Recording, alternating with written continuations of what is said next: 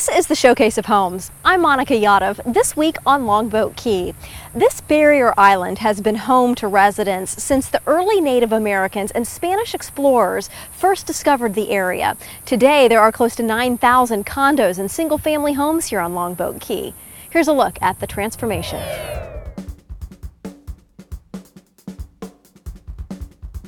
Longboat Key's history dates back to the Native Americans. According to the Longboat Key Historical Society, the Calusa and Timucuan Indians hunted and camped on what is Longboat Key today. But this was a campsite, hunting ground, fishing grounds for the Native Americans. So the earliest people, humans here, were probably here back around 10 to 15,000 years ago. Next came the Spanish explorers and how Longboat Key got its name. That, you know, it's a narrow, long key, and then also the Spanish explorers used a longboat to go to shore because the water was so shallow that they didn't want to bring the big boat in so that it would get grounded, so they would have a longboat that they would launch off the back of a boat, the big sailboat, and they would come in with a party for exploration. Cuban fishermen also camped on Longboat Key and returned to Havana with their catch. The area was also used as farmland and a target range during World War II. In 1960, there were less than 1,000 people on Longboat Key. So when you go back to the 20s and the 30s, you're talking about a very small population of people, and it was just charming because of its simplicity. The other big industry for Longboat Key, tourism.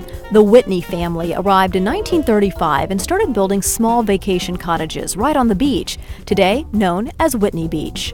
There wasn't a lot here. There were a few little cottages, and he was really the first resort of any size here. Mr. Whitney realized the potential here, and soon his friends followed.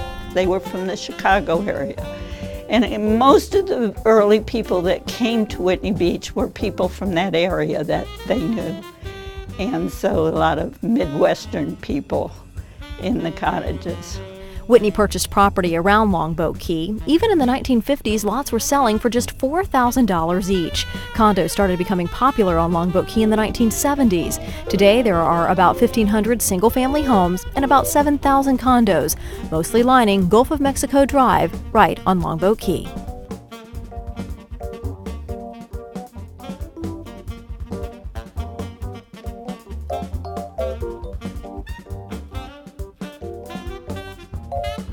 Up next, we'll tour a waterfront condo right on Longboat Key.